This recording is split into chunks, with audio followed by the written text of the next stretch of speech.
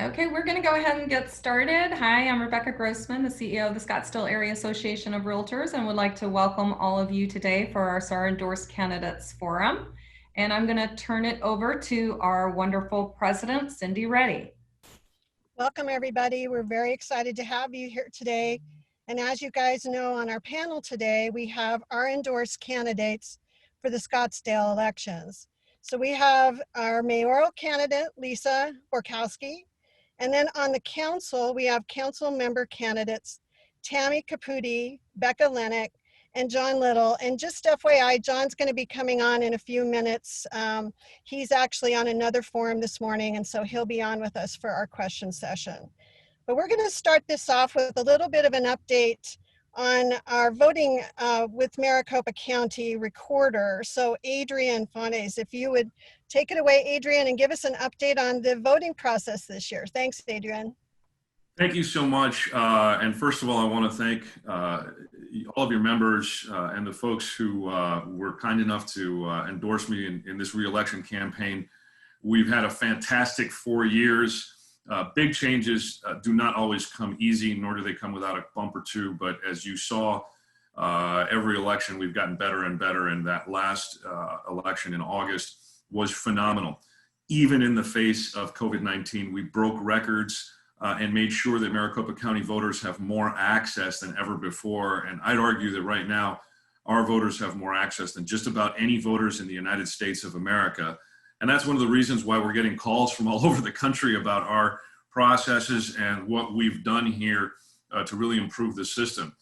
So what I'm going to do is spend the next few minutes talking about what it's going to look like for the fall in November, some of the timelines, and what we're doing to really make sure that we are continuing to improve the security profile of Maricopa County elections to serve you best. So first and foremost, I think it bears repeating that we are in COVID-19 times. It is a very different environment. The world just experienced its 1 millionth reported COVID-19 death. I think that was just overnight. And so we're not out of this pandemic. We're not out of a time and place where we have to make sure that voters don't have to choose between their health and voting. That fundamental right has to be maintained. And so starting in March, when we started moving towards this, we had to make major adjustments to the way Maricopa County and our voters vote. We improved on those adjustments for the August primary, and now moving into November, we've done very well. The biggest change that folks are going to see is that it no longer matters where you vote.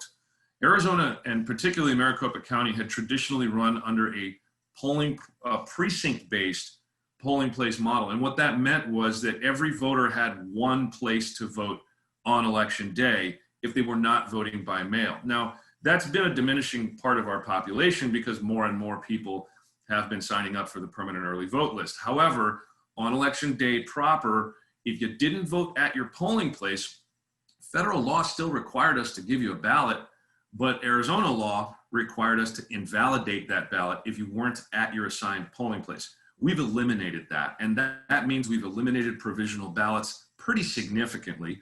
Not altogether, because sometimes people will come in and vote if they're not registered. We don't count those, so we still have some of that stuff lingering. But Maricopa County now has less provisional ballots than Pima County. We've got like 5 times the number of voters here, so we're doing very, very well on the administration side. So the adjustments that we've made include vote centers. They also include expanding early voting. Now, in a couple of weeks, on October the 7th, we will be starting that 28-day season of early voting. We start 27 days before Election Day. October 7th, we will have 7 vote centers available across Maricopa County. That's also the day that we send out your ballots.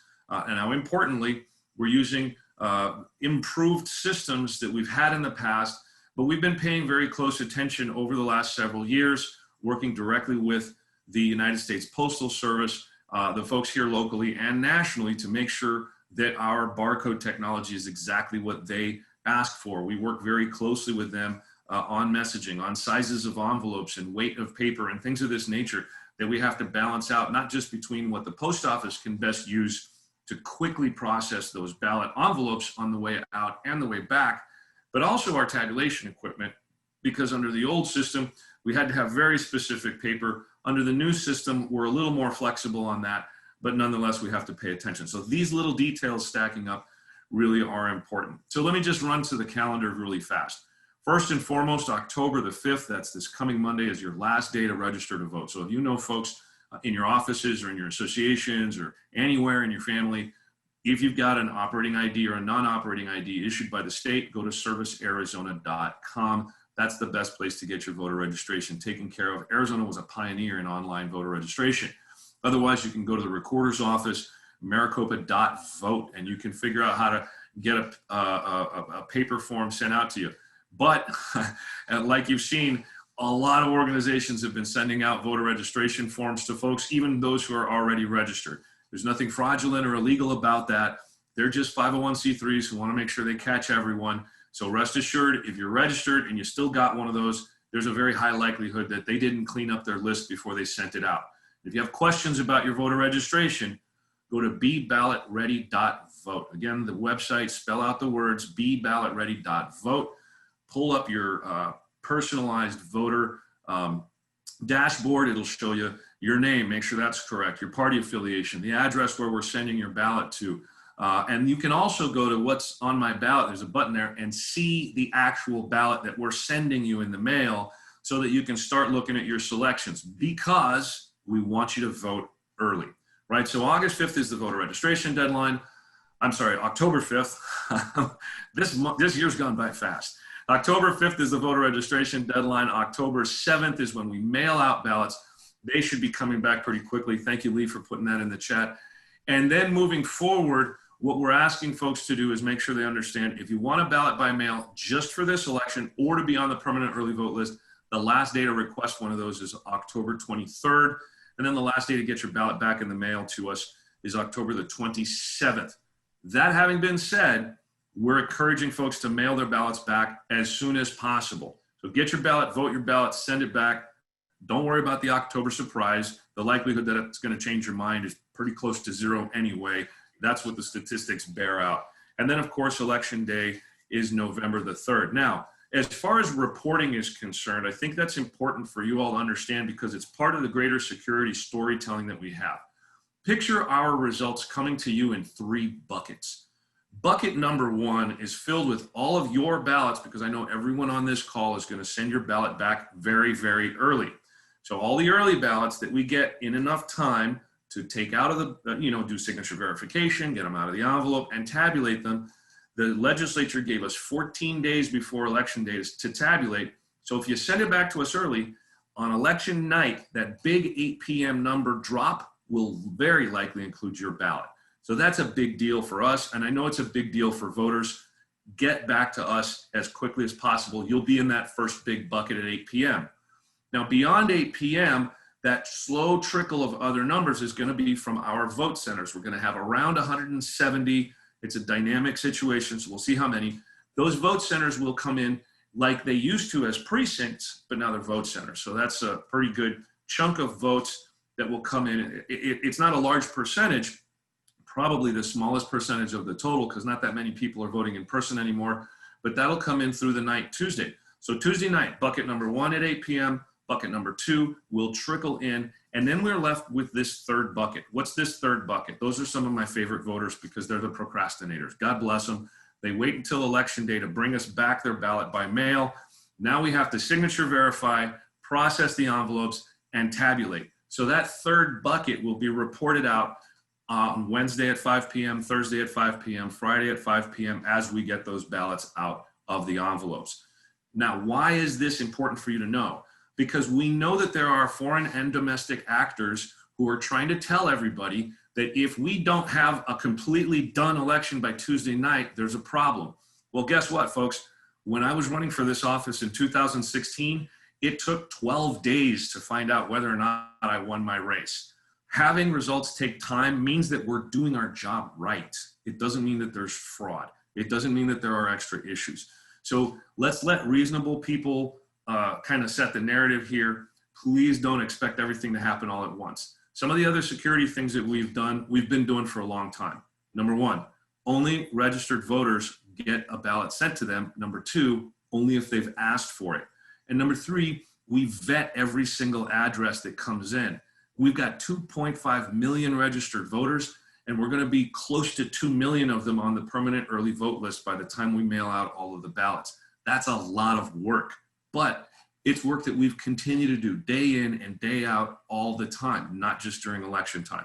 So those addresses are also vetted through the post office and NCOA to make sure that it's just registered voters who are making those requests and getting those ballots. Number two, when they come back, we match those ballot styles to the ballot envelope to make sure that the little code on the top and the little code on the inside is the same ballot style, right? So that if a voter across the street has a different ballot style than the voter, the envelope, we can tell, because when we open the envelope and we pull it out, we look to the style to make sure it matches, and then we separate them.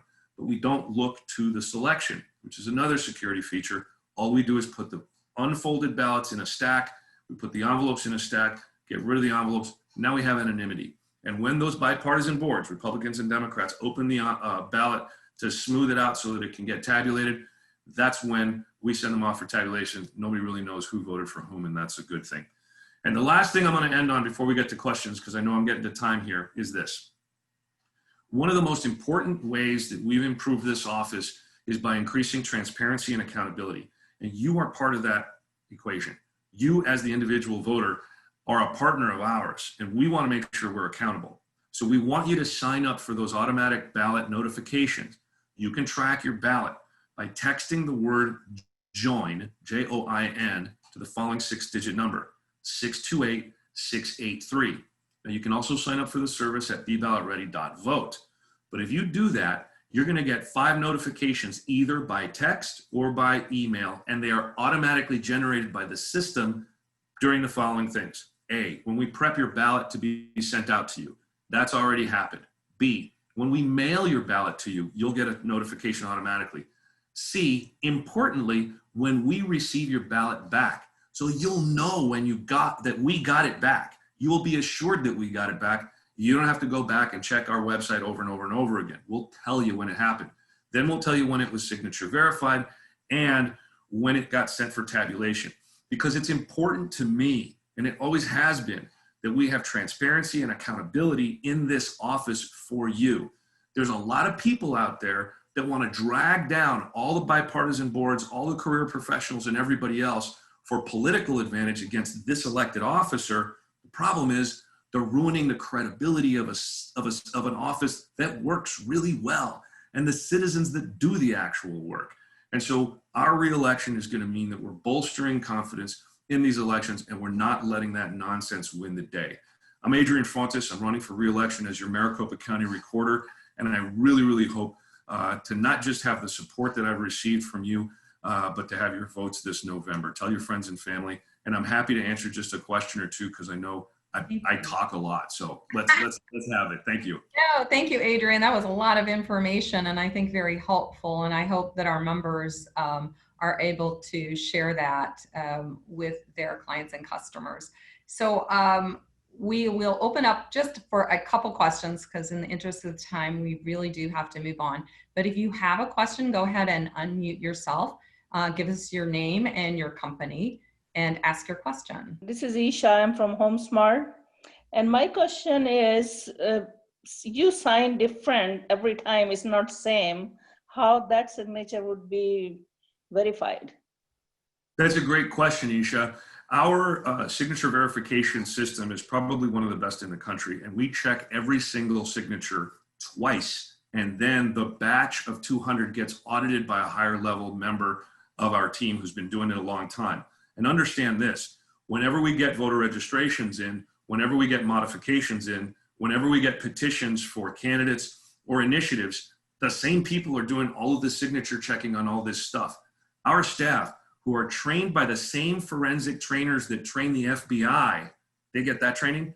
Our staff checks more signatures than even the best FBI experts.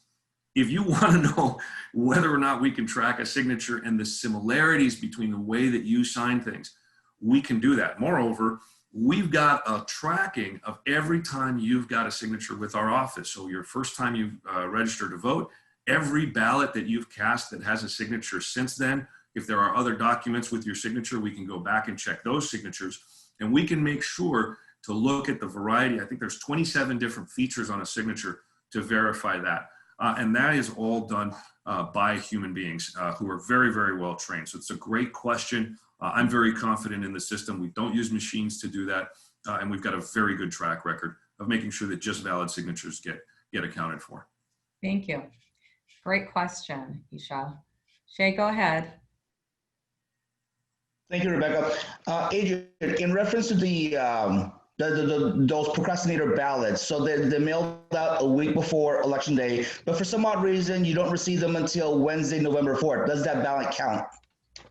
Well, unfortunately, Arizona has we are an in-hand state versus a postmark state. And I say unfortunately because sometimes we do have an issue of a ballot getting caught up somewhere. But the reality is this: we have been spending tons of time and energy and resources letting folks know, please don't wait if you're going to put it in the mail. Mail it early, track that ballot so that you'll know that we received it.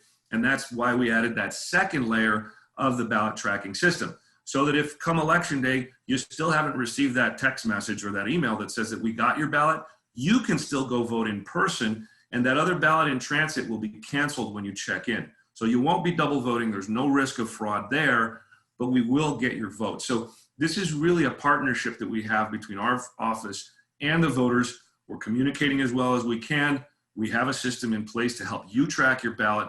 And that partnership, I think, has been bolstered by the new technology that we're using here. And I'm very happy about all of that. Great question. Thank you. Thank you very much. And I am sure that if you have additional questions, Adrian, you will make yourself available. Is there a best way to contact you, or? Absolutely. Anyone can contact me, and I get this email address directly. The address is adrian@electfontes.com. I'll say it again, it's adrian@electfontes.com. And while this organization has been very supportive, and I genuinely appreciate the endorsement, it is the end of the month, and my campaign will be very angry if I don't ask folks to chip into the re-election campaign. Okay. At electfontes.com. So And anyway, that said about any of our candidates today. So thanks for that little friendly reminder, Adrian. And thank you for letting me go through the process, the vetting process, and again, thanks for the endorsement. And I do have to excuse myself because I've got another one. So bye, everybody. Thank you very much. Thank you so much. That was very informative. We're going to move on now to talking with our city council candidates. And we have Lisa Borowski, who is running for mayor, Tammy Caputi, Becca Lenig, and John Little on, who are the candidates that we've endorsed for city council. And our goal today is to allow you to get to know them a little better. And we want this to be as informal as possible. However, we do have some prepared questions for the candidates, and you guys were very generous. We reached out to all of you who registered to submit your questions in advance, and you were very generous with your questions, so we have plenty of those. And again, if you could go ahead and mute yourself, and our candidates go ahead and unmute yourself. We're going to have you each just say just a brief opening remark for us, just to say hello. And I'm going to start with you, Lisa. Hi, good morning. Thank you, Rebecca. I'm pleased to be here, and I'm thrilled to have the endorsement of your organization. Thank you very much. Start by giving a little bit of background. I'm a native, a lifelong Scottsdale resident. I've always been a resident of this great city, and I am looking forward to the opportunity to serve our citizens once again. I served on the Scottsdale City Council 2008 to 2012. I loved the work that I did there. It was during the Great Recession, as you might all recall. So I spent a tremendous amount of time and got very, very educated in matters involving the budget, especially with respect to how we solve drops in revenue. as we have seen recently. So I am, while that's not a situation we look forward to, I am certainly prepared and looking forward to getting back involved and digging in on that side, the budget side. And I'm personally very, very passionate about our tourism industry. I'm looking forward to getting together with the stakeholders and identifying the best ways and resources to get our tourism industry back online and back as the revenue driver gem of the Southwest that it has always been and will be in our future. And I am especially thankful for the realtors who are supporting me, because I know that the realtors in our community represent a broad base of constituency. And in my opinion, realtors are on the forefront of welcoming new members to our community. And that is such a great, great thing. I said it on our interview once before. I feel like we have an extraordinary team of marketing professionals on our behalf in the city of Scottsdale with the realtors.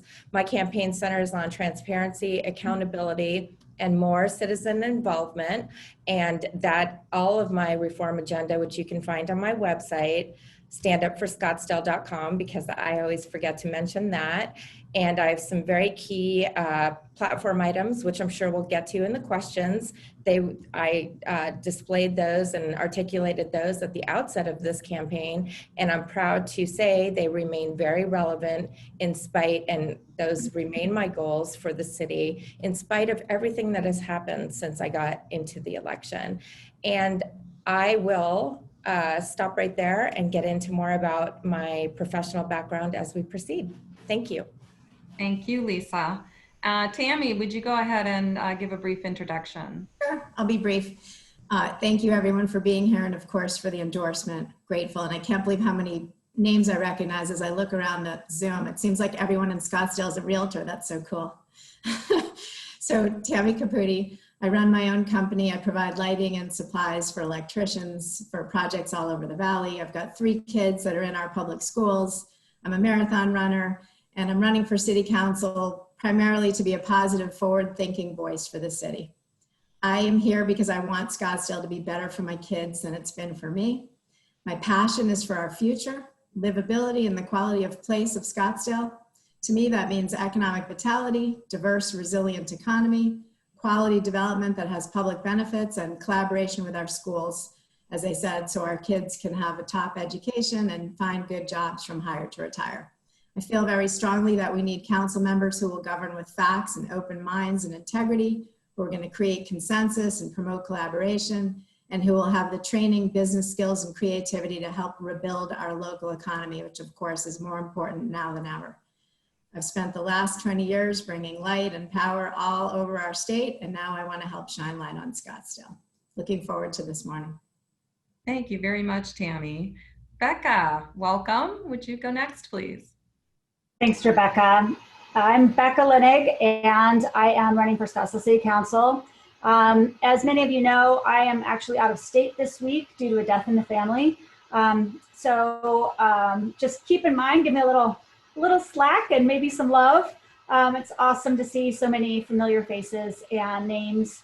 And I just want to let you know that when I served as your president in 2018 for the Scottsdale Area Association of Realtors, and also the fact that we go to Washington, D.C. every May and lobby on Capitol Hill and protecting these private property rights, that really is what lit my fire to get involved. And it made me realize that I truly want a real estate agent on city council running our city. I want them on boards and commissions. We give back to the community. Number one is about giving back to the community. It is our profession, but I believe that our profession chooses us because of what our passion and our desire to make sure that everything is running the way that it needs to. And we get the pleasure of being able to show off our city and promote it. So we get to find new homes for people that have relocated, as well as those that are just relocating within the city limits. Also, I'm the only candidate, and we haven't been represented south of Shea since, well, it's been over a decade. And I do live in the southern part of Scottsdale. I'm not suggesting that we're districting, but we do need to have someone that has a little more intimate knowledge of the direct impact of what's happening south of Shea in our city. As you know, as realtors, we drive. I remember one day I said, I didn't leave town and I drove 150 miles today. And so we do go all over the valley, but especially when it impacts the area that you're around more than ever. I've been a volunteer in downtown Scottsdale for the last 2 decades. And as you know, I do historic walking tours. And so the history and heritage of our city is extremely important. And we need to be true to that. But we also need to continue to grow and to be mindful of what makes our city special and how we can keep it special.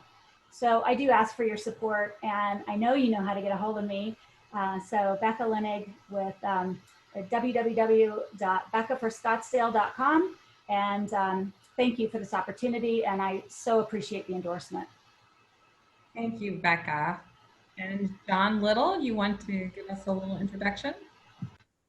Thank you, Rebecca. And thanks to everyone this morning for the gift of your time. I know how time is money in your business, and I know your business pretty well, actually. I've dealt with the realtors and the real estate industry in Scottsdale since I came here in 1985. I had my most intense interactions with you guys, I think, when I was executive director of downtown Scottsdale, and I gave unbelievable number of trolley tours to you guys so that we could see exactly what was going on in downtown, and we had a great time. We got to participate in watching Main Street Plaza get built. We got to see the remodel of the Valley Ho, the waterfront towers get built, and you guys were a huge part of that and huge part of the success and the revitalization of downtown at that time. I'm also honored because I don't know if all of you know, but I was asked to be I was honored with being Citizen of the Year from the Scottsdale Area Association of Realtors. And it was one of my proudest moments. I'm grateful to all of you for that. I also was then followed up, and I was the first non-realtor to ever serve on your board of directors. Again, a tremendous honor. And I think it's just this connectivity I have with your industry and the work that you do. As mentioned before, you guys are our ambassadors here. You spread the word. You help elevate all of us in our understanding of what the dynamics are in our community. I'm very bullish on real estate. I'm very bullish on South Scottsdale. I'm very bullish on maintaining property values, low taxes, and high levels of service. And this is going to be an incredible challenge moving forward as we see how the pandemic continues to impact our local economy. But the good news is we're all on the same team, you guys. We're all in this together. And it's the only way we're going to get through this is we join hands, we lock our arms, and we say that we're going to do whatever it takes to make sure that Scottsdale comes out on the other end of this in position one, where we've always been in the Valley. So thank you. Worked for the city, as you know, through the recession that began in December 2017. I was the city manager. I've been through a recession, a really deep recession. We figured out how to get through it, and we did, and we'll do it again as we face new challenges with the pandemic. So God bless you all, and thank you very much for your endorsement. It was very generous of you, and I'm indebted to you all. Thank you. Thank you very much to all of you. So we're going to start off. John kind of launched me into which question I should choose first. And I think that would be the post-COVID economy and what your ideas are on how you face that challenge if you are elected, and what strategies you would employ. So I'm going to go ahead and start with you, Lisa, on that question.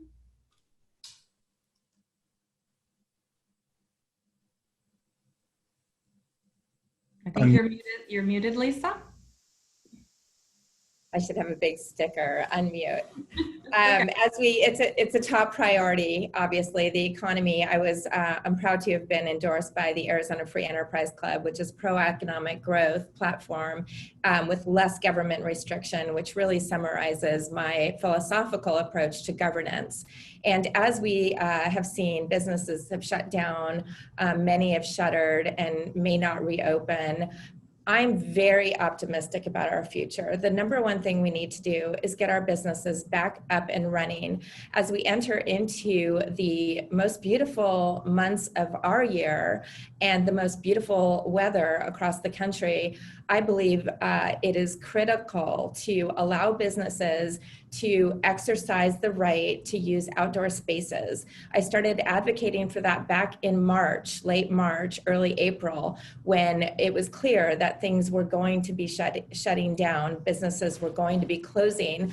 And unfortunately, there wasn't either the time or the commitment to that, and that didn't happen. And so I'm very, very focused on that as we move into our gorgeous winter months and followed by spring. So there are ways to do that at the city level, and having served before, it's quite laborious for a business to get a special use permit or to get a permit to go out and use something as simple as their parking, their driveway, or their sidewalk. And so I will make a special commitment to getting out and doing that and bringing that forward in the city so that we can have our businesses using not only access areas that they can afford to use, considering the parking situation, but also outdoor spaces that are part of the city, parks, open spaces, community spaces. And so I think that's a key way to get people, not only businesses back open, but to get the general public back out and feel safe shopping, eating, participating in our economy. And I'll leave it at that because the question centered on COVID, but I will summarize, but I think the best way to promote a secure and stable economy in our city is to run a safe, efficient, attractive, and welcoming city. Thank you. Thank you, Lisa. John, I'm going to pass that over to you. What other ideas do you have, and what do you think of Lisa's idea? You're muted. You're muted, John. Okay, thank you. Well, Lisa sort of left us on the note of a happy and healthy community. And as anybody who's been on my website knows, that I proposed that the city begin to rebrand itself as the healthiest city in America. We need to be a city that is known for best practices as it relates to hygiene and wearing masks and social distancing and low incidence of cardiac disease and low diabetes. And when people begin to travel again, as my wife and I just recently discussed, we said, what cities are doing the best? Where are the places where we feel the safest? And we don't want to go to a place like Miami Beach where there are no protections and they've opened it up. We're not interested in going there. And we believe that people aren't going to come here when they have choices to make unless we are one of the healthiest cities. And so, I just like to say that I think our economic recovery is going to follow the trajectory of our ability to deal with the pandemic and the disease. And I think that that's going to be absolutely critical moving forward. So I think that's a key to rebuilding our economy. I've been studying a lot about this and just read that we are probably only going to get about a third of the people that would normally come and visit us during our peak season. We are going to get the people that own property here that have condos or timeshares. They'll come, but people that have discretionary places where they can go are not going to come here until they feel like we have done everything we can to make sure that they are going to be safe in Scottsdale. And so that's my primary interest, and actually a primary strategy for rebuilding our economy is to manage this disease effectively. Thank you, John. Becca, could you unmute yourself and take that question as well? Yes, and thank you for the reminder to unmute. I apologize, Mike. Wyoming's not known for technology, so my connection may be not as great as it would be if I was there in town with you. So I apologize for that. You have this kind of have this movie star look to you because it's a little faded, it's very beautiful. Oh, thank God. I have my Wyoming flannel on. I don't know if you can see that. I fit right in here, let's just say. Well, to answer the question, you know, I want to back up before I move forward with that answer. No one can deny that spring training hurt, right? I'm a huge baseball fan. I was the only girl on the boys team growing up. And so baseball is my sport. And so when we missed our spring training season, that really hurt not only baseball fans like myself, but also our economy. And, you know, we have small businesses and I have a strong passion for small businesses, being a small business owner myself. And, you know, I was checking in with those business owners and asking them how they were doing, reminding them that there was money available to them. And we're not there yet. We're not even close to being there yet. The good news is that our numbers are looking much better and that we are taking the protocols and the safe practices that we need. Being in rentals as well as sales as a realtor, I'm sure that you have all seen that my properties are being fought for right now for not only January and February and March, but I'm also getting people fighting for November and December. And so what I see in our future is that people are ready and willing to come to Arizona and rent properties that they've never been in before and get away from their home. They're tired of their house. They want to be able to get out and experience. And Arizona does offer those open spaces. And we don't only offer sunshine, we offer luxury sunshine. We have so many amenities that allow for a COVID environment to be safe and still active. Now, you know, a lot of people are asking us about the recession. It's no question it's a recession. But what we forget is back in 2007, when you lost your job, it took a while to get unemployment. And then you were only allowed 6 months of unemployment.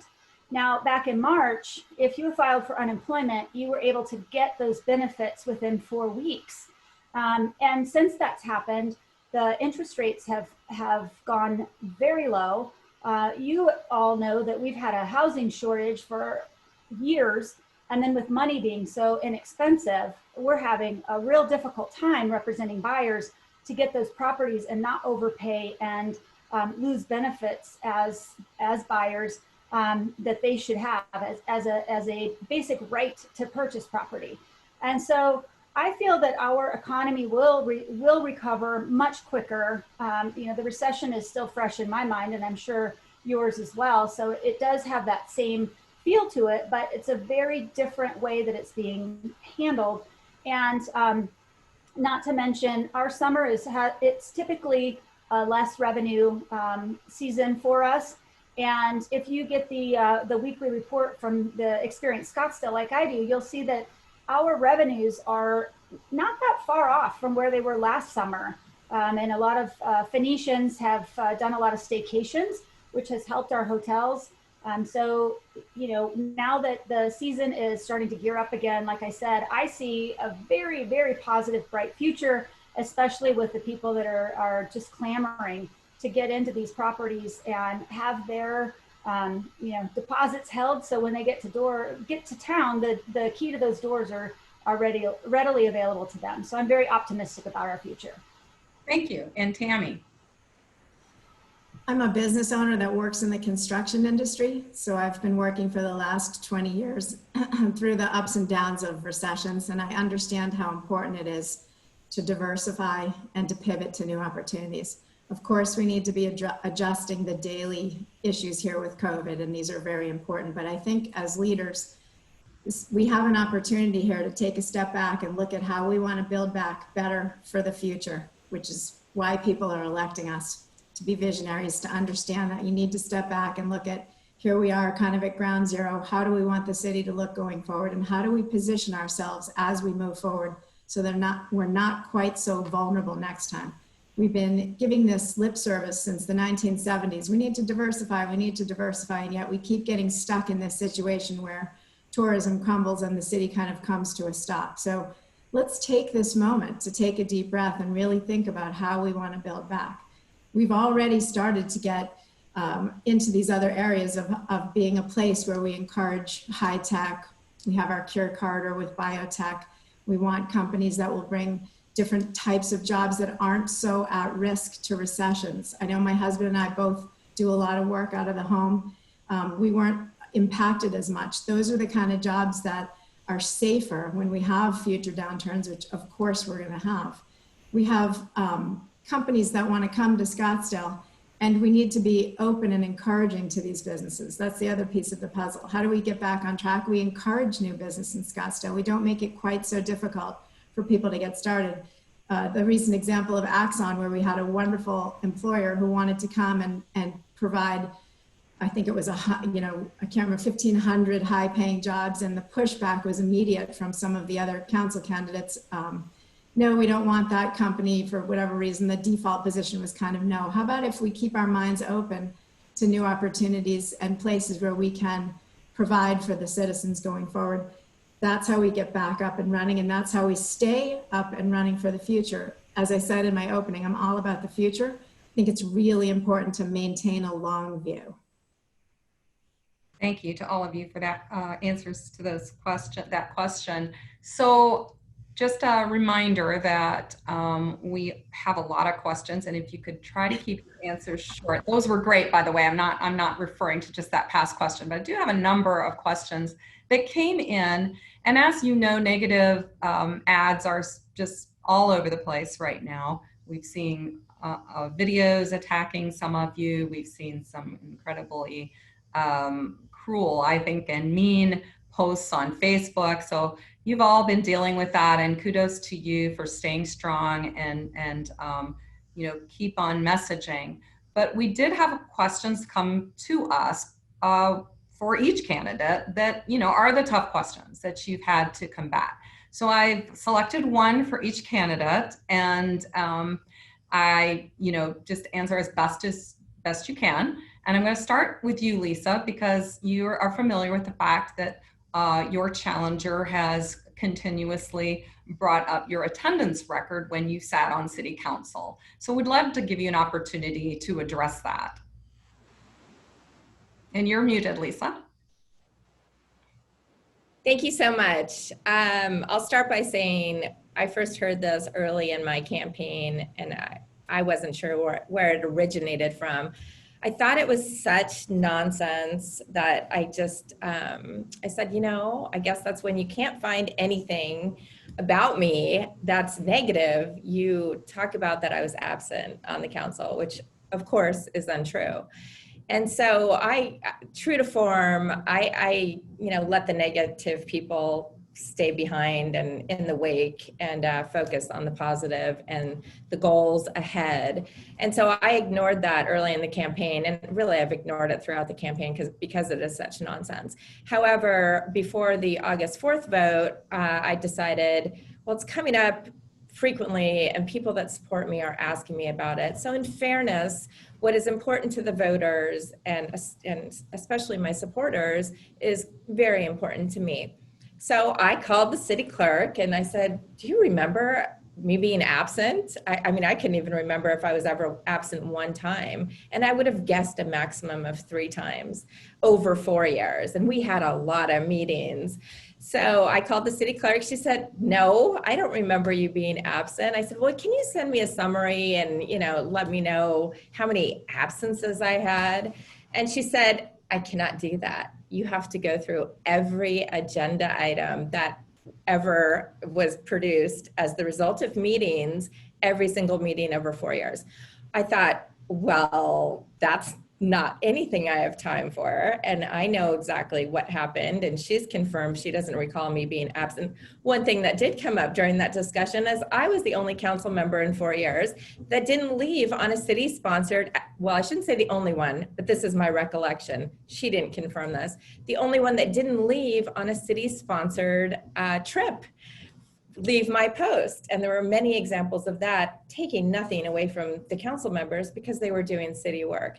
However, I've heard recently that my opponent, who is very focused on criticizing me, but not focused at all, in my opinion, on telling us what he will do that's positive for the city, and that's been consistent. I understand he was disseminating a list of my absences, and I've already told you how that can be accomplished by going through every agenda item. I'm happy to report that my opponent has prepared a summary proving that I was never absent from the meeting. So that's exciting. And also proving that he has a ton of time on his hands to go through and nitpick. He's provided a summary where I did not participate in executive sessions, several in 2009. My campaign in 2008 centered on too many executive sessions, and I will not participate in executive sessions when there is no reason to participate in executive sessions. So we've all heard the word peaceful protest. That was my peaceful protest. I'm not going to be part of the problem. I will be part of the solution, which is what my goal is when I'm running for office and governing our fine city. So that was nice to see. He's really done a tremendous amount of work for me. And then, you know, many of the other examples he used are comical at best. He included that I appeared telephonically. Yes, I did do that a couple of times. That is, in fact, participating in a meeting. And we get binders at the city council, as John Little will recall. It was back in all paper days, binders that were, you know, six inches thick. I'm a lawyer. I've been a lawyer for 25 years. I'm capable of reading what's in front of me. So appearing telephonically and watching the video on the screen was participation, and certainly does not qualify and is perfectly suitable when necessary at City Council. So I think that's really it. You know, I found it kind of sad. So sorry to waste all of your time. I was trying to avoid it.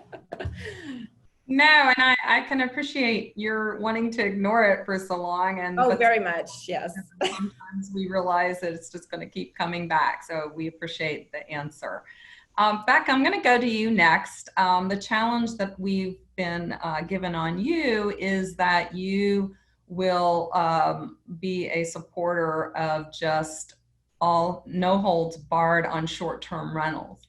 Can you address what your position is and how you would approach that particular difficulty within our communities?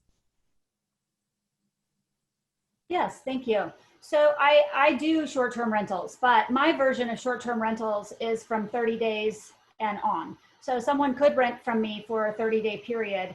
And what I find with the clients that I welcome, and I've been doing this for over 14 years, that the clients that I welcome are either professional athletes or they are it's not second homeowners, because they have a home in the home state that they came from and they enjoy Arizona. And so they're able to come here for up to 3 months. And like I mentioned, this year, I'm getting more of a 5 to 6 month inquiry from the majority of my clients. I think that short-term rentals need a very, very hard look. I was at the Senate hearings at the Capitol both times last year when they were trying to discuss how to handle them. I can see where they will be a problem in areas that are maybe a higher turnover. You know, I'm big on community. I've lived in my same house for 23 years, and I've heard the stories about how some of the tenants that come in have not been kind to the neighborhood. I also have a daughter that graduated from Saguaro High School, and I know when she was a senior, there were 3 or 4 different houses that had been rented by parents just for that weekend of prom. So and the parents were nowhere to be found. And so we do need to get a handle on who is actually occupying that space. But what we need to know is that we can't throw the baby out with the bathwater. We need to get a deeper dive and make sure that we have some accountability as to who actually walks in that door. I meet my clients when we you know, give them the keys and walk them through the property and make sure that they know the lay of the land. And so we need to make sure that we are being responsible as realtors by allowing the short-term rentals, because they do give a boon to our economy, and they are paying taxes, and they're eating here, they're entertaining here. So it is revenue to our city. But I am keeping a really close eye on that, especially considering I do short-term rentals as well. Great, thank you, Becca. So John, I'm gonna go to you next. If you could unmute yourself, and I bet you can guess what the question we got for you was. And that is, oh my gosh, he was fired as city manager. How could we possibly endorse someone who's been fired? By the way, I'm sure, I know when I employ someone, firing's not a disqualifier. I would say probably half the population's been fired at some point in time. We also did a little research, John, and you probably know this as well, that the city of Scottsdale has gone through 6 city managers in a little over 10 years. So clearly not a real secure job, but could you address especially the nasty video that's circulating? First of all, I haven't seen the nasty video, so that's all right.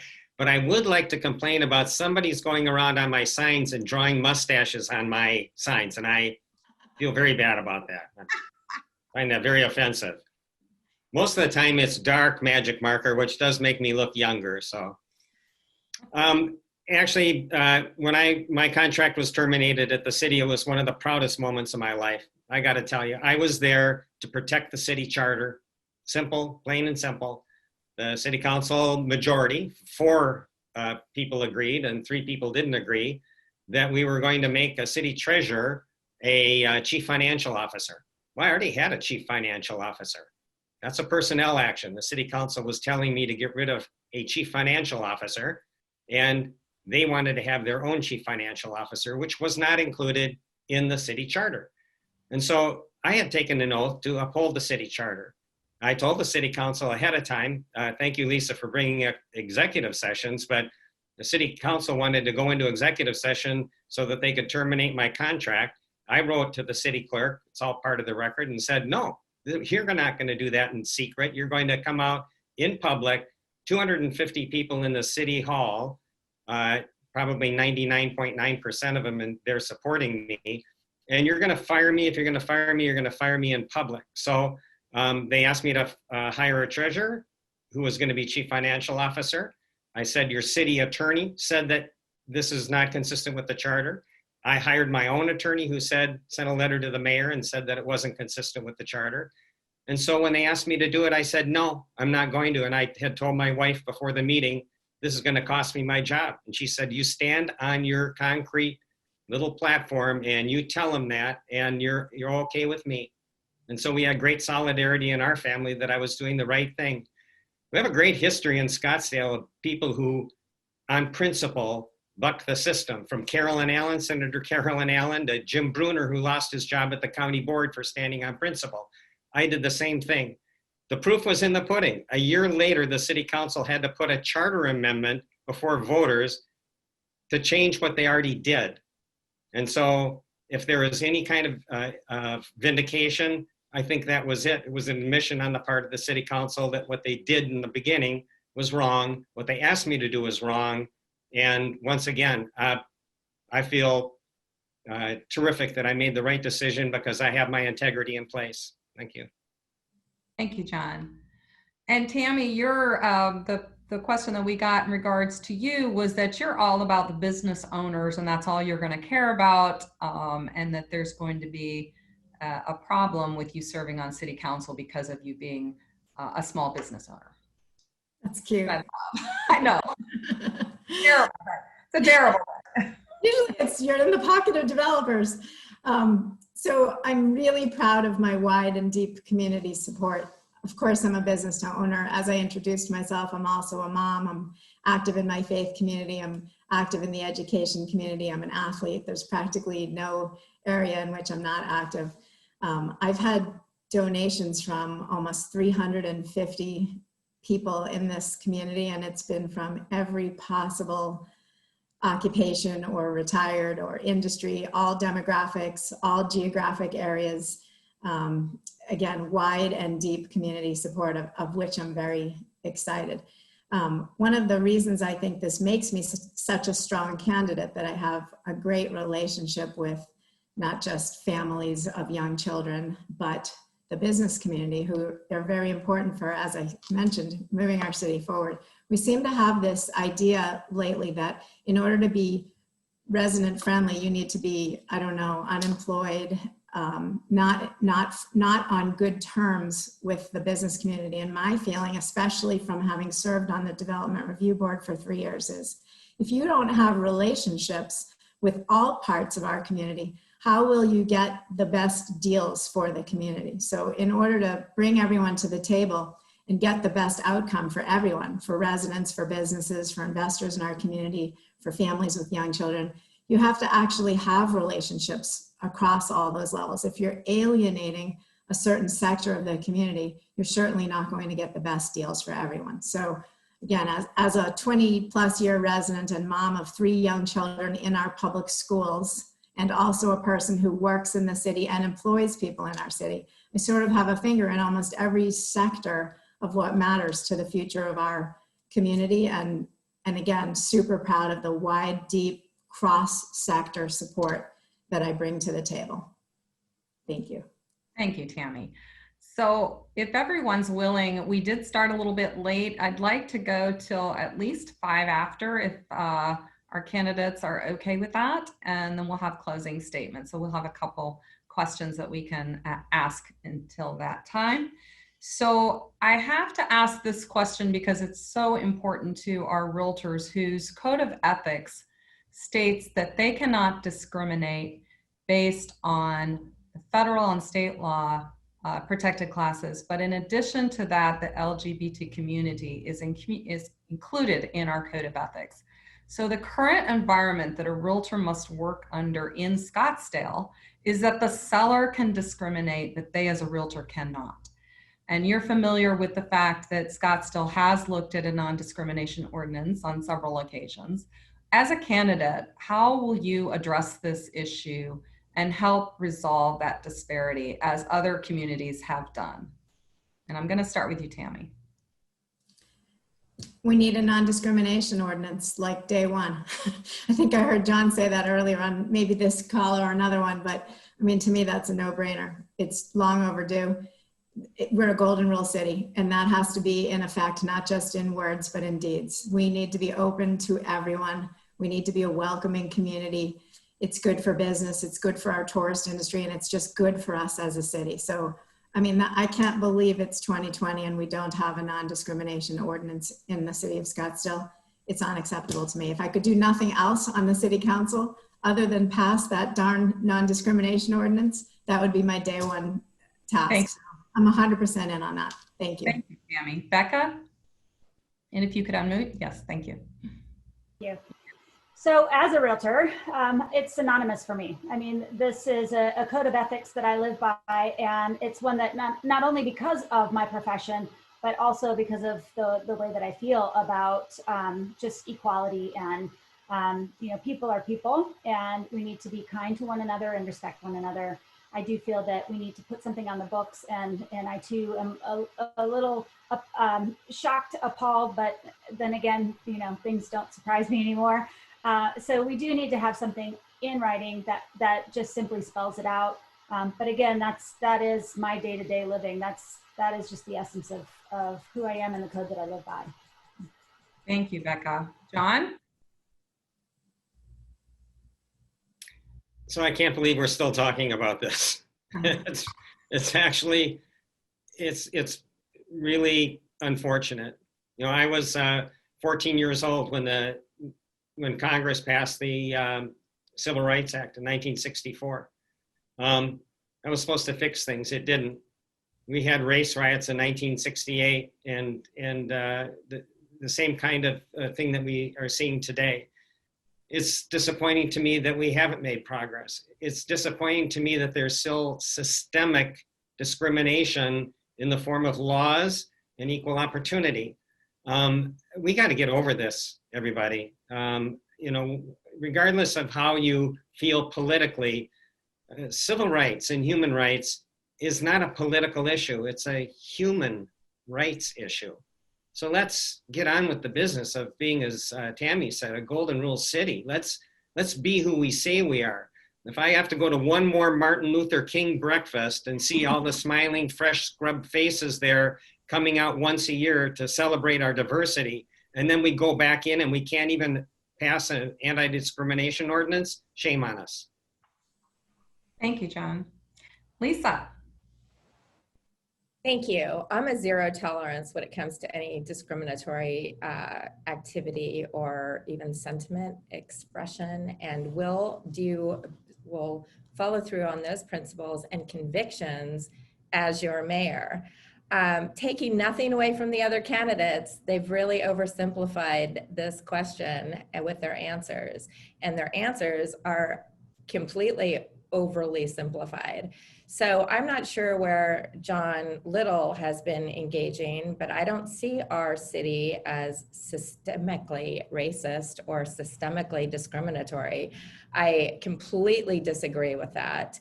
And let me tell you, as a lawyer, I look at things very, very carefully. I don't oversimplify the answers until I understand the facts, the procedure, and the law.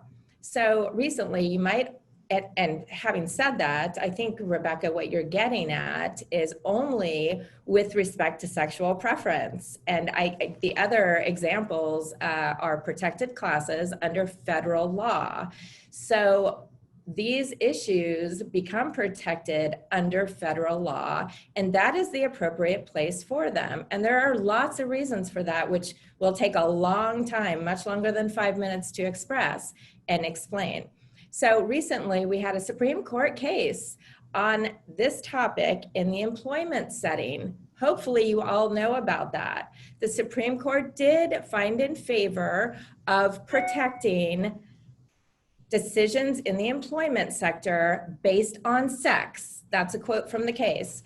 And sexual preference and issues involving the community were at issue. So if there is to be some additional protection with classes, it should come at the federal level. Going a step further, when a city starts to embark on ordinances and laws that are very myopic, city-centric, because there are people that believe in this, and rightfully so, I believe in this, and cities start to adopt those ordinances, I am not in favor of that. That is not the correct place for them to arise. You've got enforcement issues. Who is going to regulate? How are they going to be litigated? There are so many other considerations to be looked at. These are issues that should be addressed at our federal level and routinely are, as evidenced by the recent Supreme Court decision. So I'm sorry, folks, I'm zero tolerance on discrimination. However, you can't just decide to start to establishing laws without looking at the big picture and the impact and how to enforce them, most importantly. Thank you very much. Don't be sorry. That was a very informative, and we of course want to look at all sides of this issue, and I appreciate your answer.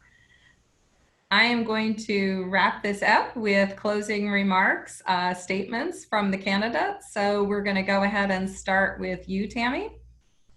We've got about 2 minutes. 2 minutes, is that what you said, Rebecca? Yeah, that'd be fine. Well, let's make it 1 minute because we're a little over time. Okay, I'll rush through it then. As I said, I'm Tammy Caputi. I'm running for the City Council to be a positive, forward-thinking voice for Scottsdale. I want Scottsdale to be better for my kids. My passion is the future of our city. It's our livability and our quality of place. I want economic vitality, a diverse, resilient economy, quality development, and collaboration with our schools.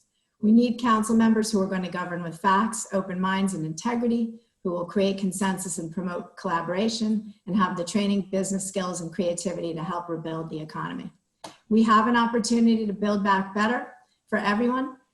We should not have our minds made up ahead of time, and the default position for a council member can't be no to new opportunities. We want to help build a positive, unified city where everyone has a voice and trusts the system, where our residents are engaged, valued, and partnered with the council. I think activism has its place, but council members have to understand what it means to govern. We can't have an us versus them mentality. We've been moving forward in the right direction for years, and we have to maintain our positive momentum. Investing in our economic hubs is what creates the sales tax revenue to keep our quality of life high, property values strong, and property taxes low. A strong economy keeps Scottsdale successful for our residents. It's what allows us to have preserved lands and open spaces, high amenities and jobs, and it's how we create and maintain a healthy, balanced community for ourselves and future generations. We can't afford to stand in the way of economic progress and success. As I said, I spent the last 20 years bringing light all over Arizona, and now I want to help shine light on Scottsdale. You can learn more about me at tammycaputi.com. Thank you for being here today. I'm Tammy Caputi, and I'd be honored for your vote. Thank you, Tammy. Becca, would you please go next? Hi there. Nothing canned. I just want you to know that, I was on the board at the Realtor Association for several years. I was your president, and we run the meetings at the association very similar to the way City Council runs their meetings. I've been through the budget and planning and strategic planning sessions for several years. I've learned a lot, and I have the leadership and the experience to be able to run our city. Also being deeply embedded in the academies that are offered, been through Scottsdale Leadership Academy, as well as the the Scottsdale Area Association of Realtors Leadership Academy. I'm an alumni for that as well. So I've put in the time. It's been volunteer. I have a passion for the city. The historic and heritage aspect of the city is very important to me. And it's just a natural progression that I represent you as the residents of Scottsdale, because I have been basically campaigning for me is just another day as a realtor. So I ask for your vote. And if you'd like to host a meet and greet, I would love to have you reach out. My contact information is on my website, which was posted earlier by Lee. And I ask for your vote on November 3rd. Thank you. Thank you, Becca. John. Thank you, and thank everybody for their time this morning. This has been great. I worked for Herb Drinkwater as his chief of staff. I've spent a lot of time in the mayor's office, seen hundreds of people come and go. And one of the things that Herb always told all his staff on day one was, everybody that comes to City Hall may not get what they want, but everybody will leave with something. And most importantly, no one will ever leave City Hall without their dignity. Dignity and respect for everyone, every voice is critically important. We can't treat people in the community differently based on where they live in the community, how much money they make, what their skin color is, what their spiritual orientation is, or anything else. We're here to serve the people, and that is the foundation of my 40 years of public service. The last thing I'd like to say is that this is the 16-year anniversary of the Morrison Institute's Which Way Scottsdale report. It was a great report because it highlighted all the things that Scottsdale has going for it. We have a tremendous economy. We have natural resources. We have aesthetic beauty. We have activated citizens. We have so many things going for us. But you know what they said the red flag issue was our complacency. It's sort of a not invented here thing where we're a little bit smug sometimes about that we're too good to maybe work or learn from other communities.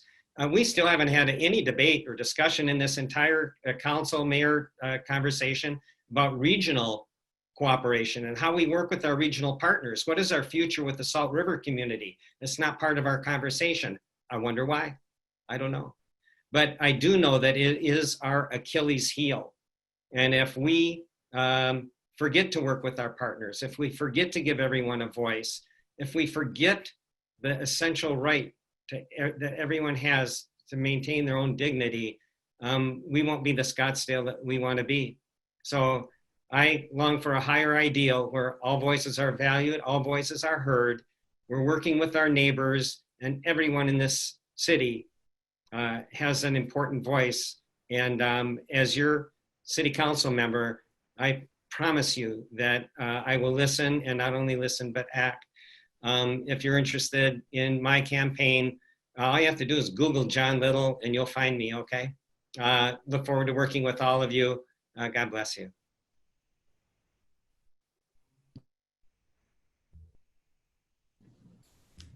Am I up? Hello? Rebecca's muted this time. Rebecca, Yes. I hear you. Yeah, I'm sorry. Yeah, we're good. Yes, Lisa, you're up. I'm like, Rebecca, where'd you go? We need the ringleader. As your mayor, I commit to you to bring forward openness, transparency, and accountability. My reform agenda sets forth the ways to do that, one of which is looking closely at districting. Someone touched on that here. I believe our city has probably four disparate and unique areas. And I believe that residents of those areas with their unique desires for their part of our community and their goals are entitled to direct representation. So I want to immediately establish a task force to look closely at districting and how that makes most sense. And just to be clear, that would involve direct elected council members from those various districts. I am a strong proponent of having direct, I had my timer set, but we started late, sorry. Direct appointments to the Planning and Zoning Commission. That for me is key. That also brings forward more transparency and accountability for the council members' appointment on the Planning and Zoning Commission. Development is a very big issue in this. It started out as a big issue in this race. It's the reason I got involved. And we need to enhance Scottsdale's brand. That should be our measuring stick for how we bring development, encourage development, and how we approve development in our community. Direct appointments on the Planning and Zoning Commission gets away from the majority. It's usually a 4-3 vote at council. I'd really like to see us get away from that and be more collaborative and more unanimous thinking. And if there is a divisive issue, especially when it comes to development, address those issues early on before it gets to the vote. That creates success for both applicants, the city, and residents. And I think direct appointments at Planning and Zoning does just that, so that we have objectivity representative of our council members. Lobbyist registration, it's far past due. Another issue that addresses openness, accountability, and transparency. Scottsdale citizens deserve to know who's trying to buy favor at City Hall, and that comes with financial disclosures as well. I've already talked about enhancing development. If it doesn't meet the higher development standards, if it doesn't meet does this enhance our community? That can come in many different aspects: contributions to infrastructure, pedestrian improvements, open space, architectural integrity and design, many different ways to enhance our community through development. And finally, I want to tell all of you as voters, I am a big advocate for Scottsdale. I'm a big fan. And during the primary, I'll call it the primary, one of the other candidates said, we don't need a cheerleader. We need someone that really knows the history of the budget or something. They were using it as an example. As a 25-year lawyer, I know how to take information, distill it, and use that information to arrive at the right decision for our community. However, I do consider myself to be that cheerleader that the other candidate was referring to. I'm a strong advocate for Scottsdale, and I'm very passionate about it, which I think you've seen during this call. Thank you very much. Thank you very much, all of you. We have just a little bit of closing. I do want to make sure that you saw that Lee did post all of the campaign websites for our candidates so that you can access those easily. Knowing all of these candidates, I do know that we had a number of questions that came in that we certainly would have loved to have gotten to, but we didn't have time. And thank you, Lisa, for addressing the districting, because I think that is something that is a lot of people are talking about and makes a lot of sense. But and thanks for bringing that up. I did have it as a question, just didn't get to it. So please make sure that you know that these candidates will answer questions that you fire at them. They are willing and able to take on whatever you want to ask that we didn't have time for. Send them over. Yeah, you got it. And I also just want to say, I've been privy, and I hope that all of you on the call have taken the time to attend the multiple debates that, or forums, we don't call them debates, right? Forums that have taken place with all of the candidates. And we wanted to do something different because we just wanted to give these candidates an opportunity to really, let us get to know them better and not to have to be on the defense. I know there's been some fiery forums out there, and you guys are just such troopers to go through all of that and to be willing to be public servants. So let's just do the closing slides if we could, Corinne. I'm going to turn it over to Suzanne real quick to go over a little bit of information about our election information.